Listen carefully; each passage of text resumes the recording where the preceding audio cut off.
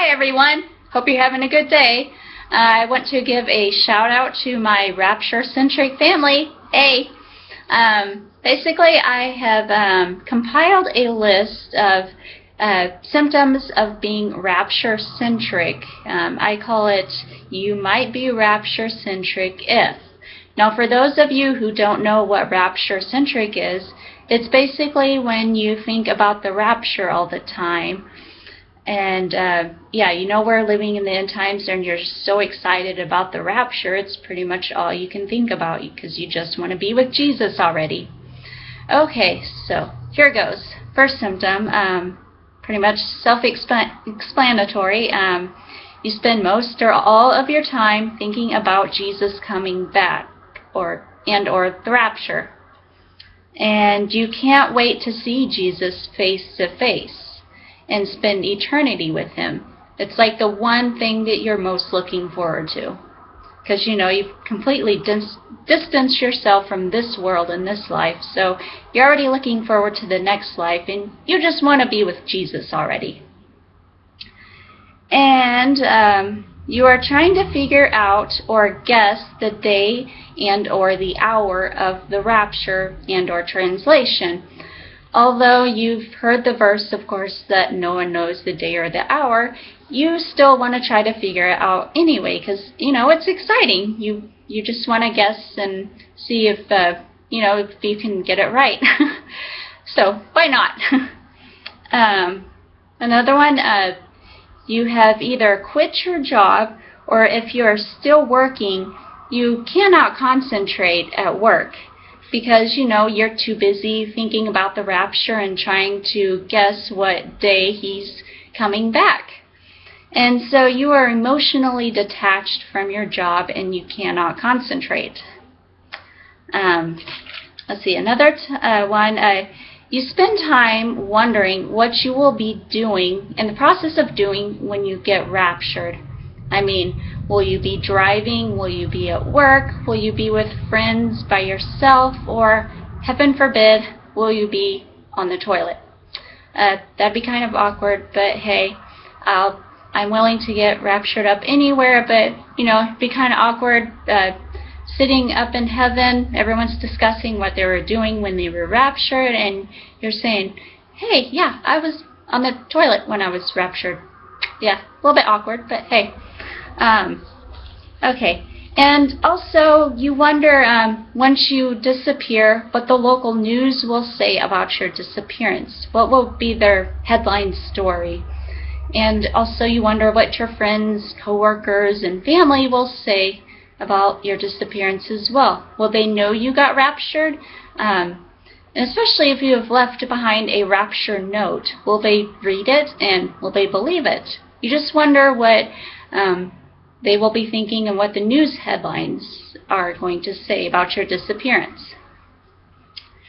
And also, you find it enormously difficult to concentrate on anything that does not have to do with God, Jesus, the end times, or the rapture.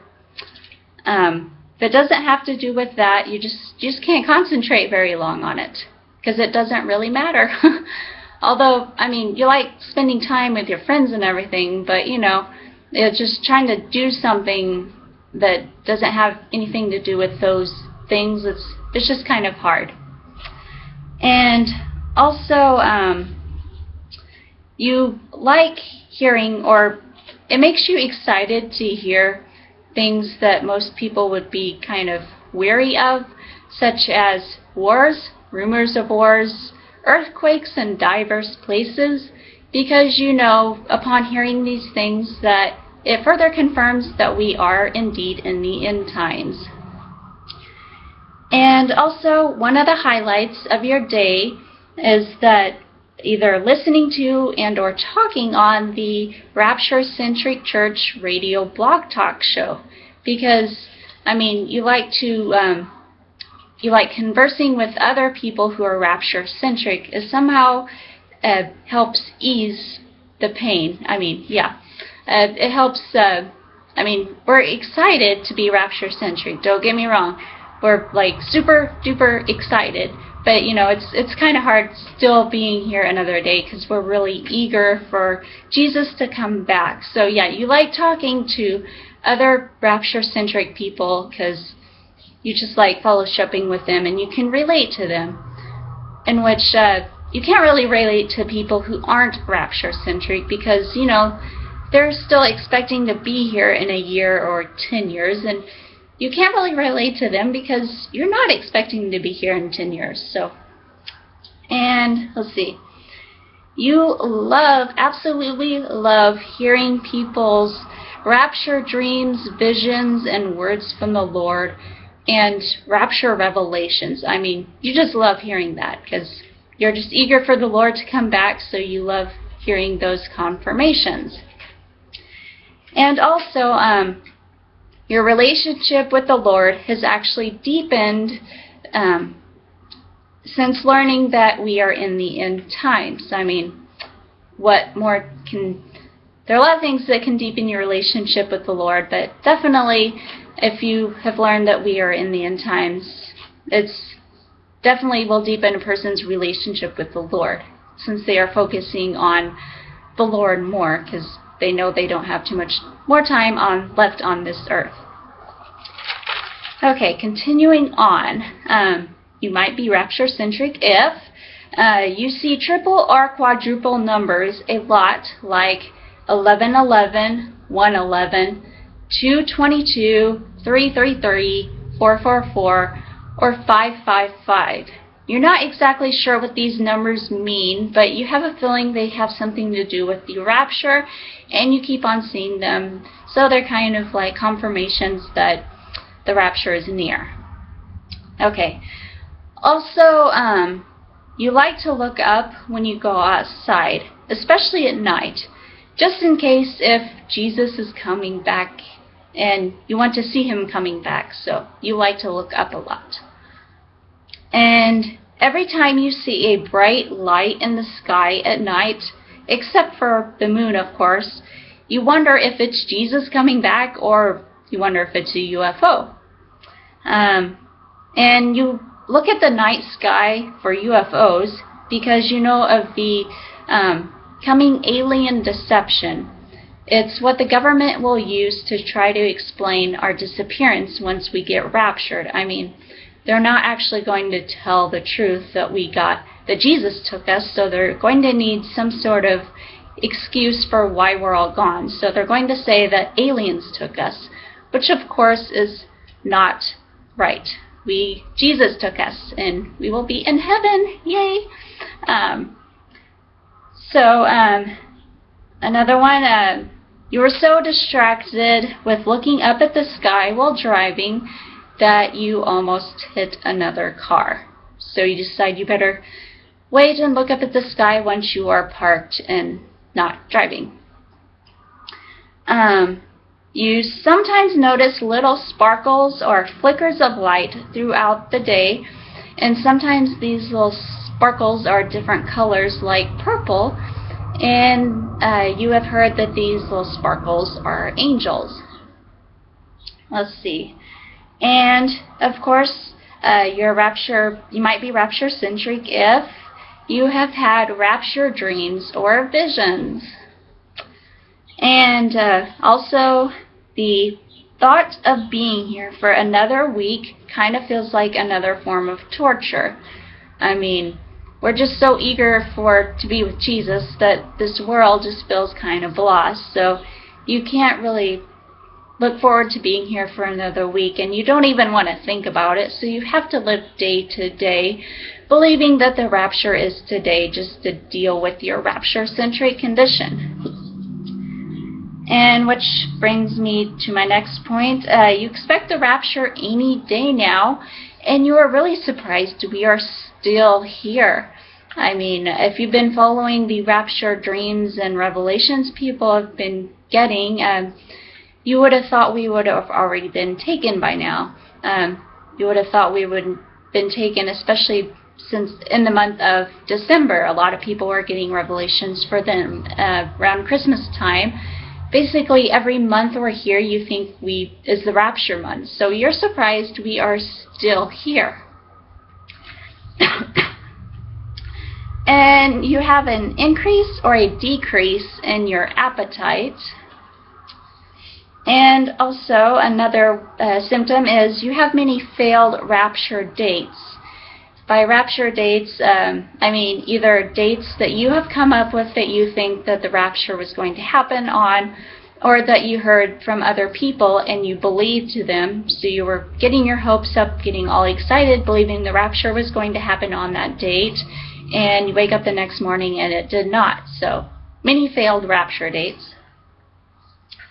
You sometimes feel bipolar, and so some days you're really happy and excited for the rapture, and then other days you might be just kind of crying or kind of down and depressed. So your emotions are just kind of teetotering back and forth. And also you can't really relate to people, I think I already mentioned this before, you can't really relate to people who aren't rapture centric because, you know, they're still talking about being here and the future and everything. Let's see. Also, you don't have a fear of dying. Now, you might have a fear of the pain involved in dying, but you don't have a fear of actually dying. And for instance, say if you went to the doctor and the doctor said you have a few months to live, you might be like, okay, so. Or if, say, you were sitting in your house and a meteor comes and crashes into your house, you'd be like, okay, cool, I get to be with Jesus now, yay. So yeah, you don't have a fear of dying because you're already expecting to be leaving any day now. So, and also you may not go to the gym anymore because, especially if you didn't really enjoy working out, but you were just doing it just to be healthy and so that you can live a long and healthy life. Well, you already know that it's not going to be too much longer before you're taken, so you just want to enjoy your last moments here, so you don't go to the gym anymore. Which brings me to my next point. You don't eat as healthy as before because you just want to enjoy your favorite foods and you think, hey, why not? But, you know, yeah. And also, your sleep patterns may have changed. Maybe you sleep more because you've let go of all your worries and stresses of this life, so you're able to just relax and sleep more. Or maybe you sleep less because you're just so excited with anticipation about the rapture that you just can't sleep as long. And also, maybe you hear strange noises that are unexplainable. And by this, one person keeps hearing knocking at the door, and or maybe you are in your bedroom sleeping, and since no one else lives with you, in the middle of the night you hear a farting noise, and you know it's no one else because no one's living there with you, and you know it wasn't yourself, so you can't explain it. You just random crazy occurrences like that you can't explain. And finally, you have experienced rapture hangover. And by this, I mean, not that you get drunk, but hey, maybe you get drunk in the spirit, I don't know. But by rapture hangover, I mean, once those rapture dates that you were hopeful for have came and went, you wake up the next morning and you're kind of disappointed, and you gotta, pick yourself up again and get excited about the Lord's return again. So yeah, that's what I mean by rapture hangover. So that's all I can think of for right now as far as rapture-centric symptoms. If you think of more symptoms that I did not mention, please put them in the comments section of this video. So yeah, I think that's all for now. So have a good day and keep looking up.